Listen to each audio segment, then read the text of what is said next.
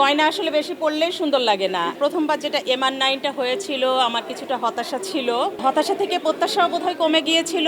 এখন আমার প্রত্যাশা থেকেও অনেক অনেক অনেক বেশি আই অ্যাম সো এক্সাইটেড। এবং আমার শ্বশুর আব্বা যদি কাজী আনোয়ার হোসেন সাহেব বেঁচে থাকতেন, আমার মনে হলো যে উনি দেখলে খুশি হতেন। আমার খুব ভালো লাগছে যে প্রত্যেকটা কাস্টিং, ক্যামেরার কাজ, পরিচালনা, রাসেল রানা যিনি মাসুদ রানার চরিত্রে অভিনয় করলেন, ওনার এক্সপ্রেশন সবকিছু মিলিয়ে আমার কাছে খুবই ভালো লেগেছে, অসাধারণ। সারা বলতে কি আজকেই তো প্রথম, প্রথম তো দেখা হলো, এটা নিয়ে তো পাঠকের একটা উত্তেজনা, প্রত্যাশা সবকিছুই তো সবসময় আছে।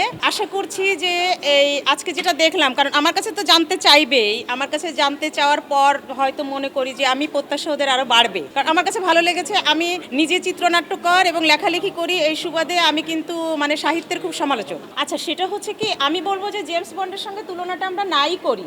আমাদের মাসুদ রানা আমাদেরই মাসুদ রানা, এটা জেমস বন্ড না। জেমস বন্ড তাদের অনেকে আছেন যিনি জেমস বন্ড রেগুলার পড়েন, কিন্তু ওনার হাতে মাসুদ রানা থাকে, কারণ এটা হচ্ছে একটা বাঙালিয়ানা, আমাদের বাঙালি সমাজের মাসুদ রানা। উনি জেমস বন্ড না। আমি চাই যে আরেকজনের সঙ্গে তুলনা না চলুক, আমরা মাসুদ রানাকে মাসুদ রানার জায়গাতেই রাখি। দেখি যে না, মাসুদ রানা কেমন, আমরা কল্পনায় কেমন, হ্যাঁ কল্পনার সঙ্গে বাস্তবতা তো পুরোপুরি মেশে না, কিন্তু আমাদের মাসুদ রানা যেন মাসুদ রানার মতোই আমরা দেখি, অন্য কোনো কিছুর সঙ্গে যেন আমরা তুলনা করি না।